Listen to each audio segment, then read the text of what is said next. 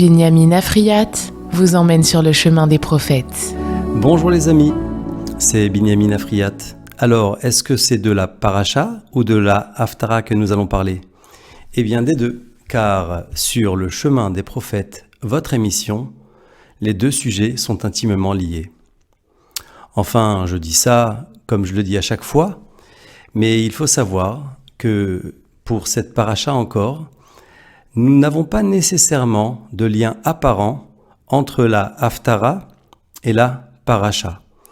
Comme je l'ai expliqué la semaine passée, nous sommes dans ces périodes-là, ces semaines qui sont dites Shiv'a Denei Hamata, les 7 haftarot de consolation, qui sont lues après Tisha B'Av, après le 9 Av, et qui nous mènent finalement jusqu'à Rosh Hashanah et qui font la jonction jusqu'au début de l'année vers lequel nous nous dirigeons. Eh bien, il faut savoir que, donc, dans cette paracha, Kitavo que nous allons lire, on pourra, comme toujours, rechercher du lien avec la haftara, mais il n'y a pas nécessairement de lien apparent, immédiatement. On va tout de même donner les références, car comme vous le savez bien, il est toujours préférable de se préparer à ces textes-là que nous lisons, le Shabbat, de façon à pouvoir les saisir d'une autre façon, du moment que nous nous serions préparés à eux. Donc, la paracha de Kitavo, c'est dans le livre de Devarim, le Deutéronome, au chapitre 26, verset 1, jusqu'au chapitre 29, verset 8. Je ne vais pas parler aujourd'hui de Kitavo, je vous invite à le faire directement à travers vos lectures et les autres commentaires que vous pourrez trouver. Vous comprendrez aussi que, comme la haftara est extrêmement chargée, eh bien, je vais me focaliser dessus. Donc cette haftara, elle est tirée une fois de plus, du livre d'Isaïe, de Yeshaya, et c'est tout le chapitre 60, Perek Samer, qui va donc être lu ce Shabbat, en conclusion et après la paracha. Alors de quoi parle-t-elle ? Disons qu'elle parle de prophéties qui sont attendues parce qu'elles annoncent des bénédictions, elles annoncent une prospérité, elles annoncent le retour de ceux qui ont quitté Jérusalem. Et d'ailleurs, je tiens à cet instant à avoir une pensée très puissante,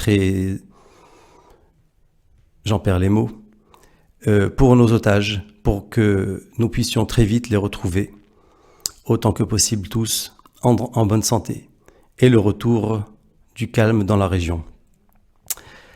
L'haftara donc, Yeshaya, au verset 1 du chapitre 60. Kumi ori kiva orer, uchvod Adonai alaich zarach. Alors le verset dit la chose suivante. Lève-toi et resplendis, car ta lumière est arrivée. Et l'honneur d'Hachem, l'honneur de Dieu, va resplendir sur toi. De quoi est-ce que l'on parle ? Le Targum, la traduction, je dirais le traducteur officiel de la Torah, nous dit qu'il s'agit de Jérusalem. Puisque Jérusalem a été délaissée, a été détruite, eh bien, vient le moment où il faut qu'elle retrouve sa splendeur, et c'est ça que nous annonce Yeshaya. Voilà, est arrivé Zman pour Kaner, le temps de ta délivrance. Qu'est-ce qui va à ce moment-là se passer dans Jérusalem ? Eh bien, c'est Kevod Hashem, c'est l'honneur de Dieu qui va resplendir sur elle, c'est-à-dire que finalement, il y a un retour aux valeurs d'origine, et donc la parole de Dieu est entendue et elle est répandue. Elle trouve du sens dans le cœur de chacun. Et donc c'est ça qui explique que Jérusalem devient lumineuse et qu'elle peut se permettre cela. Voilà. Maintenant, ce qui est intéressant de souligner ici, c'est que le verset nous dit « Lève-toi, donc Jérusalem, et brille, car ta lumière est venue. » Nous comprenons dans ce verset qu'il y a d'abord une lumière donc divine qui doit venir, qui doit apparaître, et alors il devient possible pour le peuple, pour la ville de Jérusalem, de prendre son destin en main et de s'afficher et de revendiquer ce qu'elle mérite de revendiquer. Pourquoi est-ce que j'indique cela? Parce qu'il faut savoir, et là je vais souligner un point très important qui est valable pour toutes les prophéties, notamment celle de la délivrance, car nous avons un texte qui est tiré, lui, du Cantique des Cantiques de Shir HaShirim. Il y a finalement 6 serments qui sont faits, et je vais en citer juste un. Ishbati etrem benot Yerushalayim. Je t'ai fait jurer, je t'ai fait prêter serment, fille de Jérusalem. Et un des 6 serments que fait donc Jérusalem, c'est, et là je le dis en hébreu, Shelo yirchaku et haketz. Qu'il ne fasse pas, alors je ne traduis pas ce mot, littéralement, ça voudrait dire qu'il n'éloigne pas la fin, qu'il n'éloigne pas la destinée finale. Et il y a une autre façon de lire ce même mot, Shelo yidchaku et haketz, qu'il ne force pas la destinée finale. Alors on va expliquer ces 2 termes et on va s'arrêter surtout sur le deuxième. Le premier, de ne pas éloigner la destinée, donc de ne pas éloigner le dénouement heureux, eh bien, nous disent les commentaires, la Guémara déjà, c'est par les fautes, tout simplement. Parce que lorsque on s'éloigne des valeurs qui sont nos valeurs essentielles, lorsque on est en inadéquation avec ce que nous sommes capables de faire, eh bien, on n'est pas dans le programme et cet échec-là éloigne la possibilité du retour. Mais le deuxième commentaire, donc, dit « Il ne faut pas l'idrok et haketz », il ne faut pas forcer la fin, il ne faut pas forcer la destinée. De quelle manière ne faudrait-il pas forcer cette destinée? Eh bien, Rashi nous dit que ça va jusqu'à, Rashi, le fameux commentaire bien connu de la Torah, nous dit qu'il faut ne pas venir à trop prier pour la délivrance. Ça paraît très étonnant parce que tout un chacun, nous avons un besoin de délivrance individuelle et un besoin de délivrance générale. Et bien sûr, jamais on va entendre qu'il ne faut pas prier dessus. Mais c'est sur le trop prier qu'il faut peut-être insister. Manière de dire, parce que si on prie trop, si on prie avec trop d'insistance, c'est que l'on considère que ce sont seulement nos prières qui sont les détentrices du dénouement. Et donc, ça serait une forme d'orgueil que de croire que nous sommes les seuls à détenir notre destin. Il faut ne pas oublier qu'il y a un maître du monde, Akadosh Baruch Hu, le Saint béni soit-il, et c'est lui qui tient les baguettes de ce qui se passe. Bien entendu, nous sommes là, nous avons à réfléchir et à agir avec les moyens qui sont les nôtres, avec notre intelligence, avec tout ce que nous pouvons de façon à obtenir ce que nous souhaitons. Par contre, nous devons ne pas oublier qu'il y a un directeur, il y a un dirigeant et qu'il tient entre les mains le programme. Donc on ne doit pas non plus en faire trop, il faut juste faire la bonne mesure, rester dans l'équilibre. Pourquoi je dis cela? C'est parce que nous allons voir dans cette Haftara, il y a énormément de belles choses qui sont annoncées. Et on pourrait avoir la tentation de vouloir précipiter ces choses, de se dire, eh bien, on va prendre notre destin en main totalement et on va s'affranchir du contexte, on va s'affranchir parfois de la politique, on va s'affranchir des événements au milieu desquels nous vivons et on va provoquer de nouvelles choses. Alors, c'est très subtil. Peut-être que certaines choses peuvent et doivent être menées, mais d'autres ne le peuvent pas. Et donc, il faut être bien d'abord dans l'équilibre, être en contact avec les sages de la Torah qui ont une lecture qui se veut droite et linéaire dans les textes, et puis rester aussi attentif avec soi-même, avec ses élans, avec ses envies, de façon à ce que nous fassions toujours ce qui mérite d'être fait. Cette introduction, vous allez tout de suite comprendre pourquoi est-ce qu'il fallait la mentionner. C'est parce que dans le verset suivant, « Ki ne ha-chosher yechase eretz va-arafel le'umim » car les ténèbres couvrent la terre et une sombre brume les nations. Va'alaych Yizrach Hashem, et sur toi, eh bien, resplendit Hashem, donc l'Éternel resplendit, et son honneur est vu sur toi. Alors de quoi est-ce qu'on parle lorsqu'on dit qu'il y a une obscurité qui recouvre la terre et le brouillard qui recouvre les nations? Nous dit Malbim, le fameux commentaire du 19e siècle, qui a vécu en Russie principalement de 1809 à 1879. Il nous dit que l'on qualifie ici de terre ces peuples-là qui finalement n'ont de valeur, et là je parle sur le plan de la religion, sur le plan de l'attachement au programme d'Israël, qui n'ont de contact avec ce programme-là seulement parce qu'ils sont les peuples d'une terre, c'est-à-dire ils appartiennent à un endroit, et comme ils vivent ici, eh bien ils revendiquent quelque chose. Et donc, ces peuples-là, qui sont donc dans l'idolâtrie, qui sont donc dans le paganisme, qui sont dans l'erreur de la compréhension de ce que Dieu, Hachem Echad, souhaite, eh bien, ils sont en train de diffuser Chosher. Ils sont en train d'amener l'obscurité, nous dit le Malbim. Il y a d'autres peuples, et il cite les Ishmaélim, les Ismaélites. Eh bien, il dit que eux, alors la lumière peut briller chez eux. Cependant, même si la lumière est là, la lumière du soleil, à Raphaël, il y a un brouillard qui touche à ce moment-là non pas juste des personnes, des habitants de la terre, mais les Oumim des nations. Donc il y a un message, puisque il y a chez eux tout de même un attachement aux valeurs que l'on trouve chez Israël. Les Ishmaélim croient au fait que Hachem est un Dieu unique, qu'il y a une dimension qui s'appelle Sachar Veonesh, c'est-à-dire qu'il y a une causalité entre l'action de l'homme et ce qui lui arrive, en bien ou en moins bien. Par contre, ils sont tout de même dans le brouillard parce qu'ils ont des idées fausses, notamment celles concernant le libre arbitre.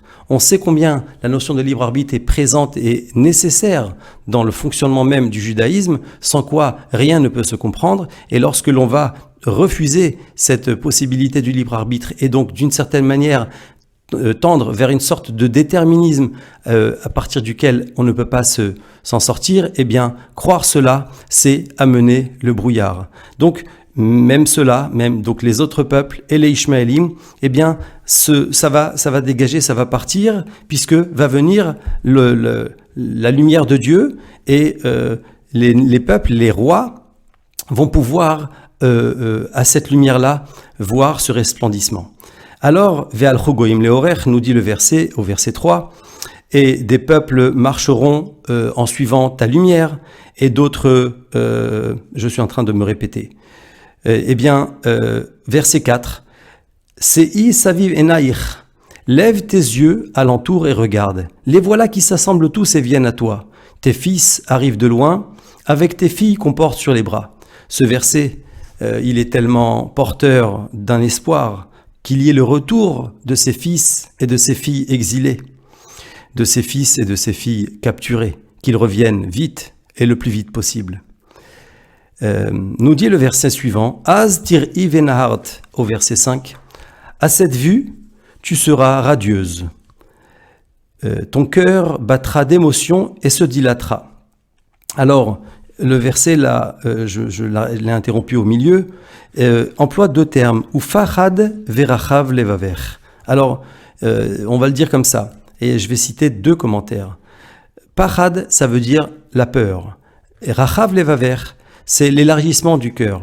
Alors, qu'est-ce que ça signifie qu'il y a la peur et l'élargissement du cœur? Eh bien, nous dit le commentaire du Malbim que je viens de citer, lui, il va dire qu'il y aura d'abord une phase, même avec le retour des exilés, même avec le retour de ce changement positif, peut-être parce que finalement, on est en train de revenir vers une situation que l'on a oublié qui existait, son existence, et donc, on est dans un bouleversement. Donc d'abord, on a peur, d'abord, on ne sait pas ce qui se passe. Certes, on voit qu'il y a des mouvements positifs qui s'opèrent, mais on n'est pas certain de savoir s'ils sont tout à fait bons. Donc il y a d'abord la peur. Et puis ensuite, Rachab levaver.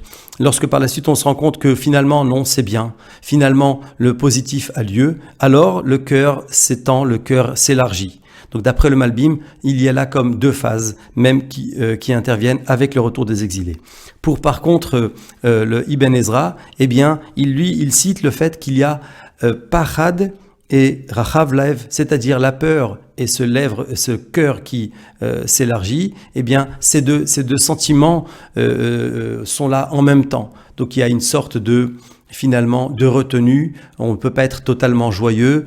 Tout n'est peut-être pas que positif. Il y a peut-être des difficultés qui apparaissent, ce qui peut tout à fait s'entendre. Eh bien, c'est de cela que les choses peuvent se passer, et c'est ça ce que nous dit le prophète Yeshaya à cet endroit. Au verset numéro 6, nous avons à ce moment-là Shif'at gemalim techaser.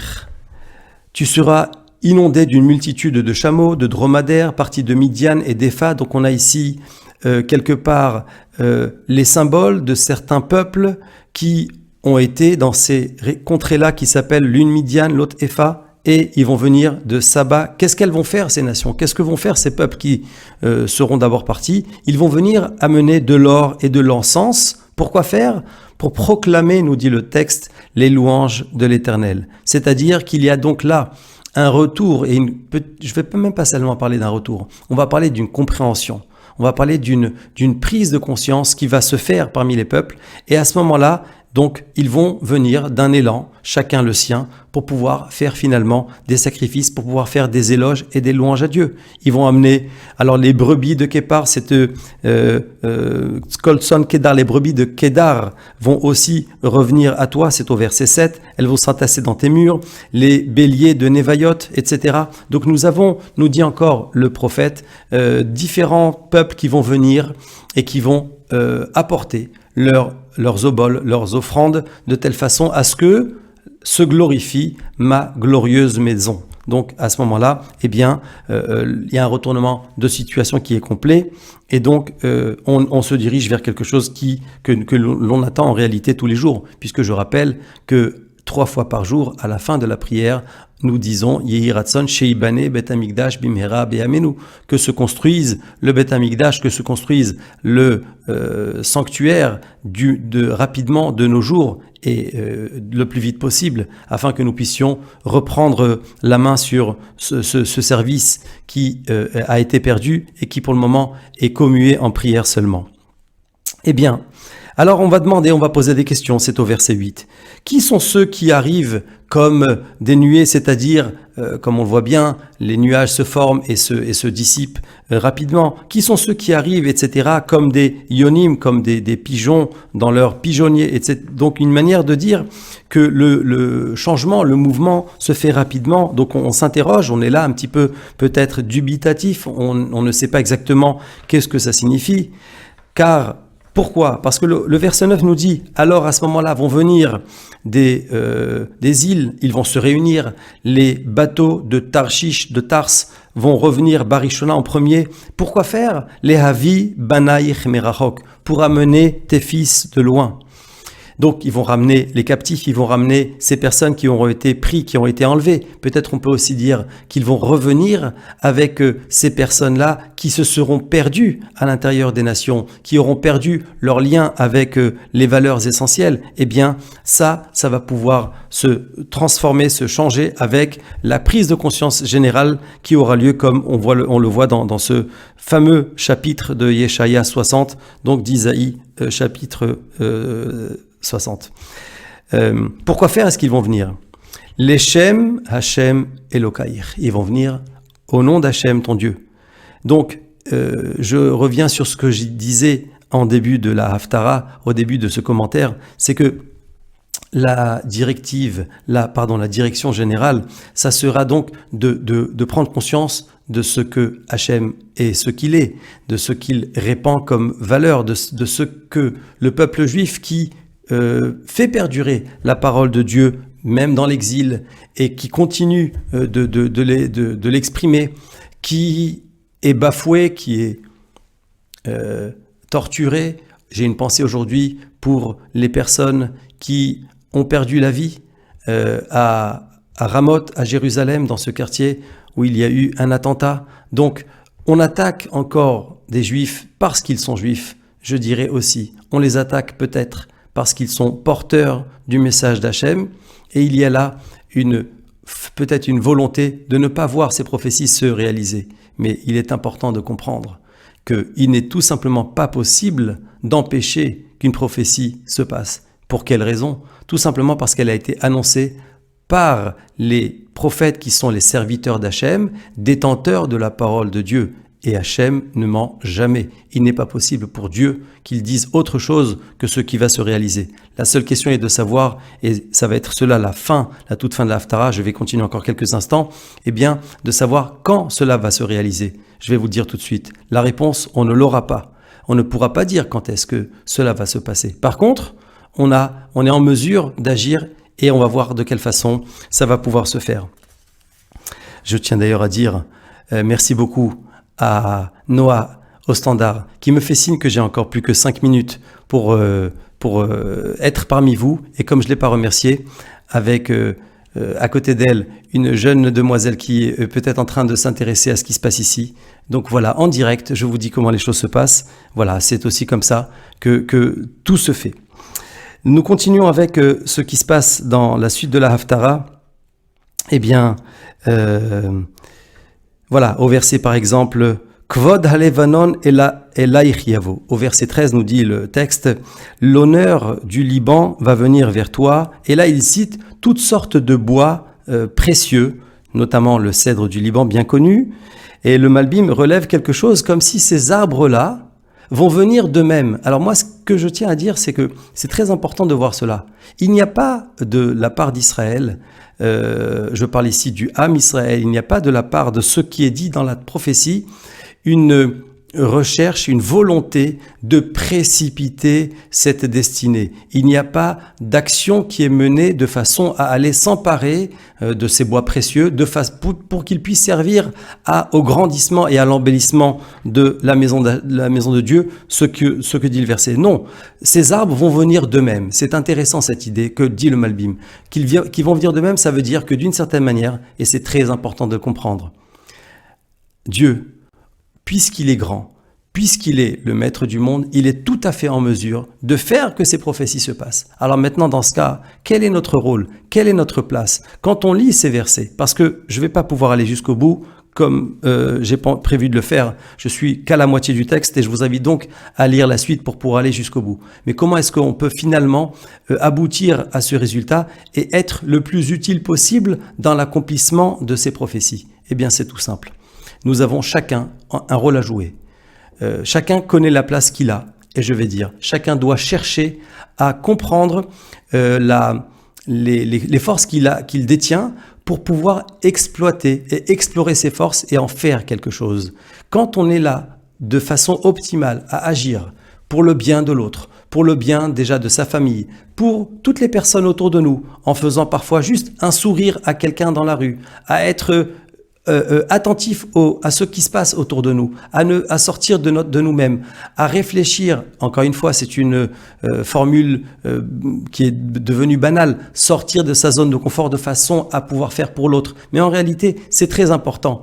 C'est comme ça que nous sommes en mesure d'agir pour que s'accomplissent ces prophéties d'Isaïe, pour que s'accomplissent l'ensemble des prophéties. En réalité, Hachem nous demande, fais ce que tu as à faire, fais ton maximum, mets un pied devant l'autre et de façon d'aller dans le bon sens. Tu penses être au bout de toi-même, tu penses être déjà arrivé à tout ce que tu peux produire, il y a certainement encore d'autres choses que tu peux faire. Et je tiens à le dire, et c'est vraiment par cela que je vais conclure.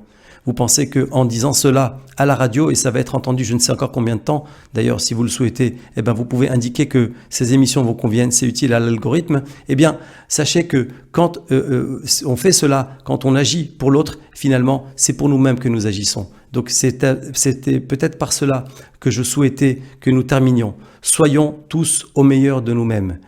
Agissons pour que tout ce que nous pouvons produire se produise. Alors à ce moment-là, on sera certainement dans ce bien-là qui permettra à ce que resplendisse la lumière de Dieu, celle qu'Hachem va amener lorsqu'il aura souhaité cela. Et c'est par cela que je termine la Haftara, puisque il y a deux termes qui reviennent, Be'ita Achishena. Je suis à Katon Yela Elef, le verset 22 de la Haftara dit, le plus petit sera 1000, c'est-à-dire qu'on dira de quelqu'un qui est petit qu'il y a 1000 individus, etc. Ani Hachem, je suis Dieu, Be'ita Achishena. En son temps, je la précipiterai, nous dit le Talmud, et c'est Rashi qui le cite. Si nous avons le mérite eh bien Hachem va précipiter la réalisation de ces prophéties. Par contre, si nous n'avons pas le mérite, alors elles vont arriver en leur temps. Ce qui revient à dire que finalement, nous avons la destinée sur ce qui se passe, à nous de faire au mieux pour que cela se précipite. Je vous dis à la semaine prochaine et à très bientôt mes amis. Au revoir.